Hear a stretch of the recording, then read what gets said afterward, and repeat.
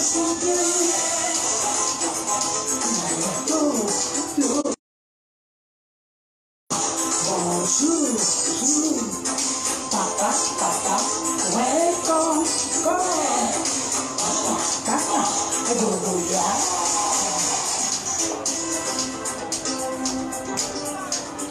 êtes là? Vous êtes là? Oh, vous êtes là. Je suis là. Nous sommes là et nous avons toute l'après-midi devant nous. Quoi de plus beau? Ah. Je vous regarde et je me demande de quoi parler maintenant. Ce n'est pas tous les jours qu'on a le privilège de prendre la parole devant beaucoup de monde. Surtout quand on n'est pas plus que sa toute petite personne. Et que sa part d'école n'a pas beaucoup marché. Quand l'occasion se présente, il vaut mieux racler sa gorge. Tourner sa langue et lèvres pour ne pas jeter la honte sur la bouche de ceux que tant de beaux parleurs disent être des bouches. De quoi parler alors maintenant? Pardon? Oui? Excusez-moi, c'est ma petite voix qui me parlait, la voix de mon ventre. D'habitude, elle me dit, prends ton temps, cherche ça, cherche qui parle à ta tête et à ton fort intérieur. Quelque chose qui t'en fort intérieur, qui plaira à la tête et au fort intérieur des autres que tu en parles. Même si ma petite voix me donne souvent du fil à retordre et du macabre à râper, elle est de toutes les voix qui m'accompagnent. La meilleure des conseillères. À peine j'ai dit, je vais parler alors qu'elle m'a répondu, des enfants. Ça veut dire qu'il y a quelque chose dans le sujet des enfants qui me démange. Grand-mère me disait toujours que la vérité vient en parlant comme la petite vient en mangeant. Je vais donc parler des enfants pour savoir où ça me démange. Ainsi, je vais... Pas vrai? Mais quoi de plus à sa place d'ailleurs que de parler des enfants quand on est femme et qu'on est mère? Glissez un peu l'oreille là où il y a des femmes mères et vous entendez. Hey, ma fille comme ça. Aïe, la mienne elle est comme ça. Anti-Zamboama, mon garçon il est monté. Oh là là là là là là là là là là là là là là. Le mien il est descendu. Et on parle pour rire. Et on parle pour pleurer. Mieux de moi, ou mieux de toi, ou mieux de vous, ou mieux des autres. La personne qui avait dit qu'en prenant l'enfant par la main, on prend la main par le cœur, avait parlé jusqu'à parler. Les enfants, même si ça nous casse les pieds, nous tord les nerfs, nous met sans dessus-dessous, reste la merveille des merveilles. Et les vont chanter. Ah, j'ai besoin d'entendre chanter. Quand je rentre le soir à la maison, j'ai besoin d'entendre pleurer. Papa, papa, ya ya to, to. Maman, maman, bonjour, jour. Papa, papa, welcome, come. Maman, go go, ya, ya. Plus long encore, ils disent. Ah, j'ai besoin d'être attaché. J'ai besoin d'être mouillé par mon petit bébé. Mon petit bébé. Oui, taché, mouillé.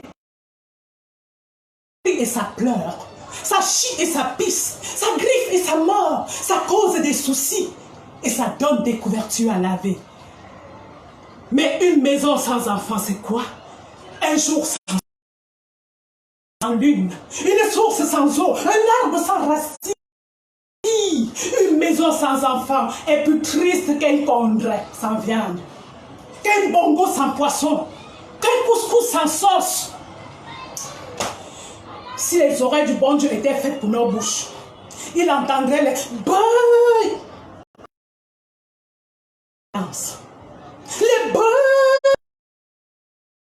sans faire de lance et donnerait la part d'enfant de chacun. Ne serait-ce qu'un enfant, un seul petit enfant. La quantité avec laquelle on simplifie. Quand je dis ça, je pense aux célibataires qu'au temps d'avant, on enterrait avec un caillou dans la main. Vous vous rendez compte? Un caillou dans la main. C'était une manière de leur dire.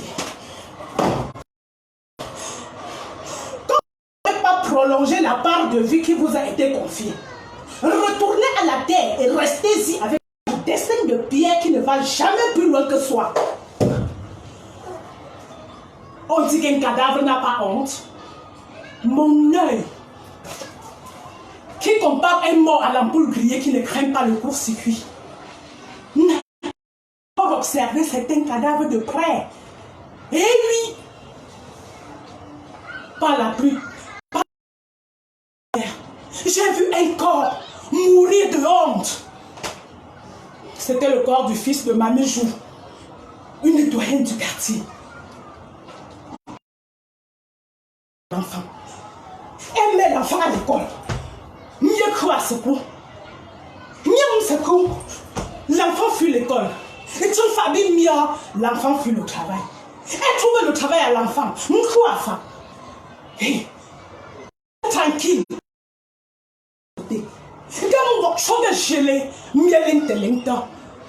Fais attention.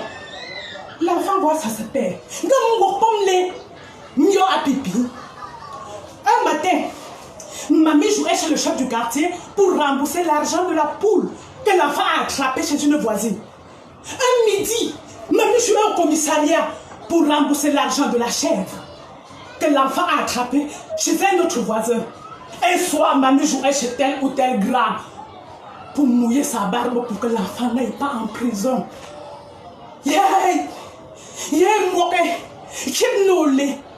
L'enfant ne fait que bouger.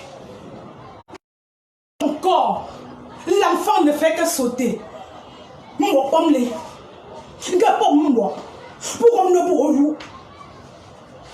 L'enfant écoute. Mamie Jou a fini par attraper le grand frère de l'attention et a dit que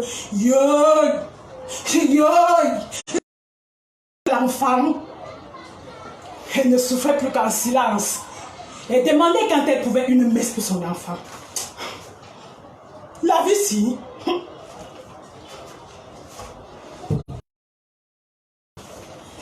Un jour, le fils de Mamie Jou est allé au marché et a profité du cafouillage du marché pour soutirer le porte-monnaie d'un marchand. Le marchand l'a vu faufiler et a crié « Oh volé! Oh volé !» Le marché l'a poursuivi.